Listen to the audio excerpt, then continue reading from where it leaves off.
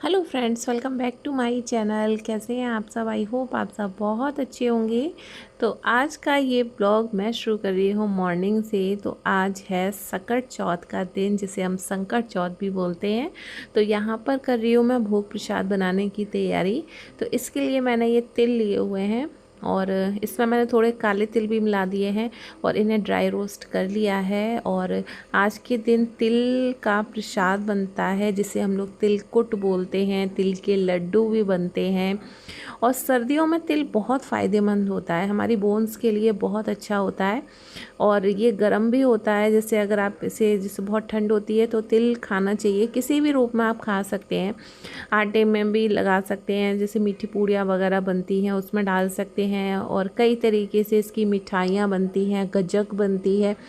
इसीलिए तिल जो है सर्दियों में बहुत ज़्यादा यूज़ होता है। और ख़ास करके जैसे ना हर फेस्टिवल की अपनी एक अलग ख़ास बात होती है। हर फेस्टिवल कुछ ना कुछ रीज़न्स होते हैं उनके, कि इस तरीके का हमारा जो प्रोसेस है पूरा इस तरीके से सब कुछ बना हुआ है कि अब ये वाला फेस्टिवल है तो हमें ऐसी चीज़ बनानी है, इस फेस्टिवल पे ऐसा बनेगा। तो मौसम के अकॉर्डिंग भी कुछ ना कुछ उसमें अटैच रहता है। तो अभी ठंडी बहुत ज़्यादा है तो तिल का ही बनेगा। और यहाँ पर ये जो तिल हैं इनको मैं मिक्सर ग्राइंडर में पल्स मोड पे थोड़ा सा इस तरीके से ग्राइंड करने वाली हूँ।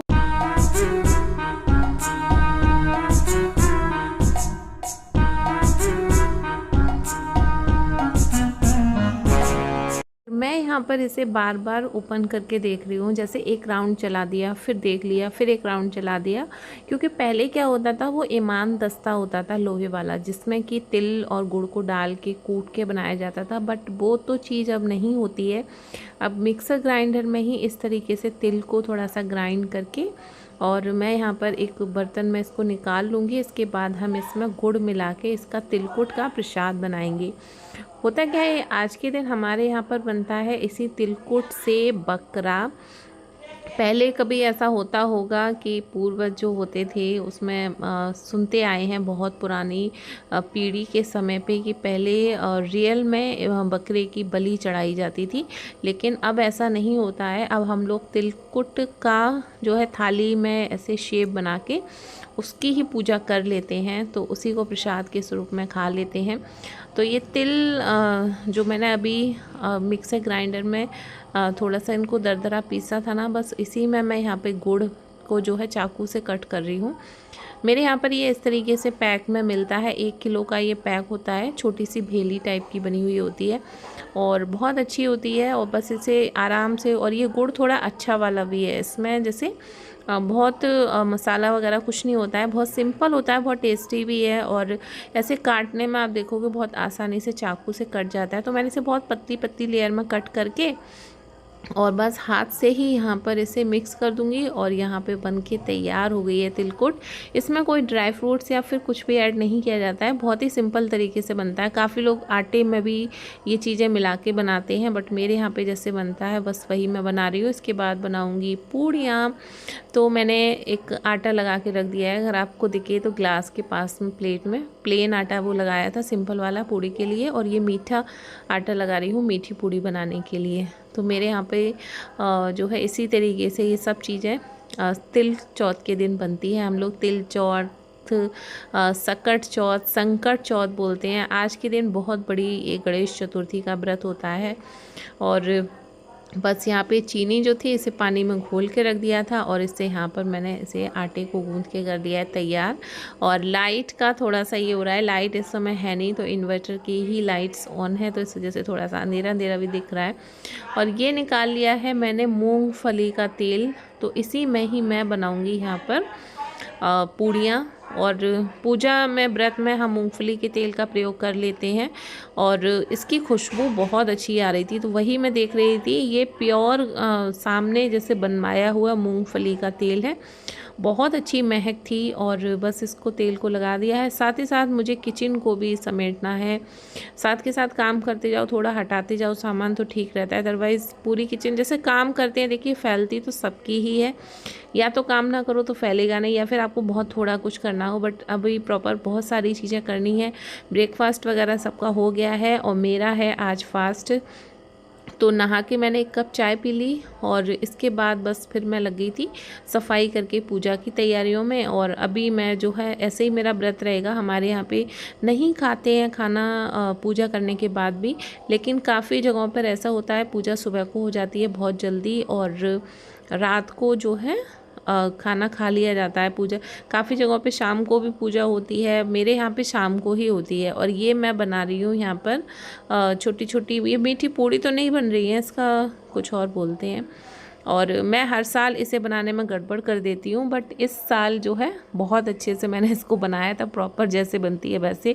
होता था ना जब मैं बाहर रहती थी तो मुझे पता ही नहीं था कि कैसे क्या बनना है, तो जैसे भी मुझे समझ में आता था मैं वैसे ही बना देती थी। मुझे आज मतलब पुरानी बात सोच के उस दिन बहुत हंसी आ रही थी। मम्मी को मैंने बताया, मम्मी मैं ऐसे बनाती थी, तो ये बना लेती थी आटा वगैरह लगा के, सब जैसे जितनी चीज़ें समझ में आई उतना कर लिया। और बस यहाँ पे प्लेन पूड़ी भी बना के तैयार कर लेंगे। और मैं हमेशा ऐसे ही करती हूँ हर साल कि पूजा के लिए पूड़ी वगैरह सब बना के और सारा सामान मैं अलग ढक के और मंदिर में साइड में रख दूँगी।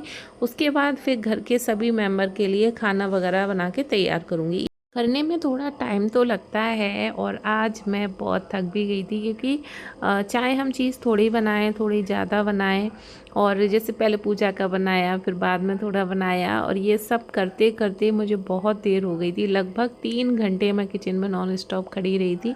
इसकी वजह से ना थोड़ा फास्ट भी था, बैठे नहीं थे, और फिर रेगुलर का जो रूटीन होता है उसमें थोड़ा चेंज आ जाए ना, तो थोड़ा सा लगता है थकान सी हो गई है। तो अभी यहाँ पर बन रही है पत्ता गोभी आलू की सब्जी, और साथ में बना दिए हैं मैंने ये दही के आलू, मीठी पूड़ियाँ बना दी हैं ये जो बचे हुए आटा था उससे। और बिलीव मी गाइस, मेरे बच्चों ने सबने इस बार ये वाली पूड़ियाँ बहुत मन से खाई।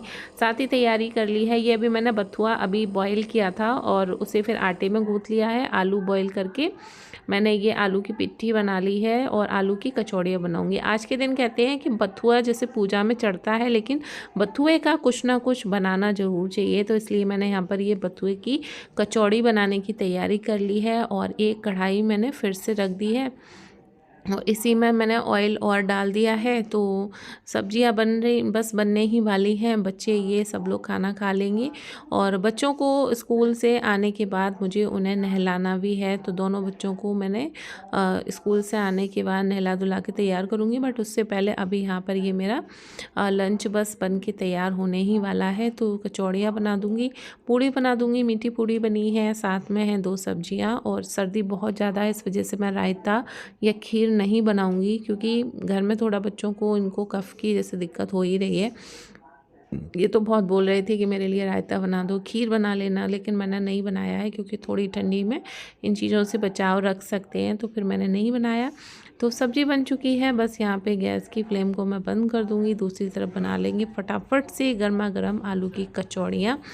और यहाँ पे बस और अपना सारा काम करके फिर मैं पूजा की थोड़ी और जो प्रिपरेशन रह गई है वो करूँगी। पैरों में महावर लगाना, ये सब कुछ करना। तो सकट चौथ का दिन होता है ना, मतलब कोई भी फेस्टिवल हो, हर फेस्टिवल की अपनी एक अलग रौनक होती है। और कैसा भी फेस्टिवल हो, छोटा हो या फिर बड़ा फेस्टिवल हो, व्रत हो, तब भी मतलब हर ख़ास दिन जैसे डेली वाला जो रूटीन होता है और डेली में हम जो रहते हैं, एक अच्छी सी वाइब्स आती है, बहुत अच्छी वाली फीलिंग होती है। घर का जो माहौल होता है बहुत अच्छा हो जाता है और बहुत खुशी होती है। तो चलिए भाई फटाफट से यहाँ पर ये मेरा लंच बन चुका है और ये मैंने सर्व भी कर लिया है, कचौड़ी पूड़ी सब कुछ। तो ये मुझे देना है इनको खाने के लिए, और यहाँ पे बच्चे आएंगे तब फिर उनको भी बाद में लगा के दे दूँगी। और चलते हैं भाई पूजा करेंगे। तो आप ये वाली क्लिप देख रहे हो शाम के टाइम की, और यहाँ पर ये भगवान जी देखिए कितने सुंदर हैं। तो यहाँ पे चाची और मेरी बड़ी वाली जेठानी है वो पूजा कर रही हैं, तो हम सब लोग साथ में ही पूजा करेंगे यहाँ पे तिल चौथ की। तो गणेश जी हमारे चौकी पे विराजमान है, आप भी दर्शन कर लीजिए। तो यहाँ पे पूजन जो है शुरू हो चुका है। तो ये यहाँ पर हम सब लोग पूजा वगैरह करेंगे। और यहाँ पे चाची का फ़ोन आ रहा था पूजा के लिए कुछ पूछने के लिए, तो वो बता रही हैं दीदी को कि पूजा में मतलब क्या करना है क्या नहीं। तो यहाँ पर बस सब लोग साथ में मिलके करेंगे गणेश भगवान की पूजा।